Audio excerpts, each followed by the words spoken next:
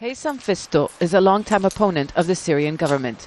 He was among those who demonstrated against the late Syrian President Hafez al-Assad's rise to power in 1970. 10 years later, he was forced into exile. Heysam hasn't stopped resisting. From southern Turkey, activists plot the future of Syria without the late president's son, Bashar. But it is an uncertain future that faces them.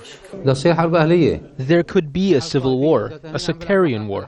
At the moment, the army is the state. There are cracks and we could have two armies. What we need is a transition to civilian rule to avoid more strife. There has already been a lot of strife, but the opposition is not backing down. They may speak in one voice when they take to the streets, but the opposition's greatest weakness seems to be the lack of leadership.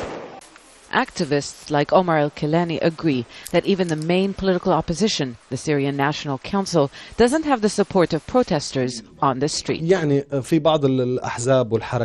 Syrian National Council doesn't represent the street. Some parties and personalities are trying to hijack the revolution. They don't allow others to give their opinion. They don't represent the protesters. Activists here say they don't represent any political party. They say they are merely supporting the protest movement in their country, a movement they consider to be the true representative of their revolution.